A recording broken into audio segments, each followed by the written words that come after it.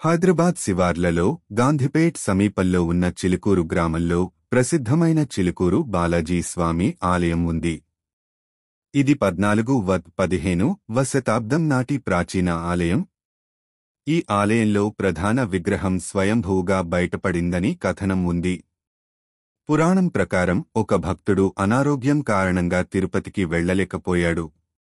ఆయన కలలో స్వామి దర్శనమిచ్చి ఇక్కడే విగ్రహ రూపంలో ప్రత్యక్షమయ్యాడు. తరువాత భూదేవి, శ్రీదేవులతో సహా విగ్రహాన్ని ప్రతిష్ఠించి ఆలయం నిర్మించబడింది. ఈ ఆలయానికి ఒక ప్రత్యేకత ఉంది. ఇక్కడ హుండీ లేదు, విఐపి దర్శనం లేదు. అందరూ సమానంగా స్వామిని దర్శించుకుంటారు. అందుకే ఇది ప్రజల విశ్వాసానికి ప్రతీకగా నిలిచింది.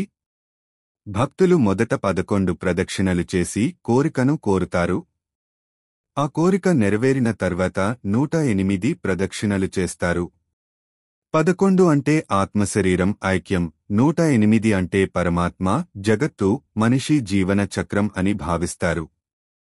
1980లలో వీసా కోసం ప్రార్థన చేసినవారు కోరిక నెరవేరడంతో ఈ ఆలయానికి వీసా బాలాజీ అనే పేరు వచ్చింది. ప్రతి వారం లక్షలాది మంది భక్తులు ఆలయాన్ని సందర్శిస్తారు. ముఖ్యంగా శుక్రవారం, శనివారం, ఆదివారాల్లో భక్తుల రద్దీ ఎక్కువగా ఉంటుంది. అన్నకోట బ్రహ్మోత్సవం వంటి పండుగలు ఘనంగా జరుగుతాయి. మొత్తం మీద చిలుకూరు బాలాజీ ఆలయం అనేది భక్తి, సమానత్వం, విశ్వాసంలకు ప్రతీక. ఇక్కడికి వచ్చే ప్రతి భక్తుడికి ఆధ్యాత్మిక శాంతి, ఆనందం లభిస్తాయి.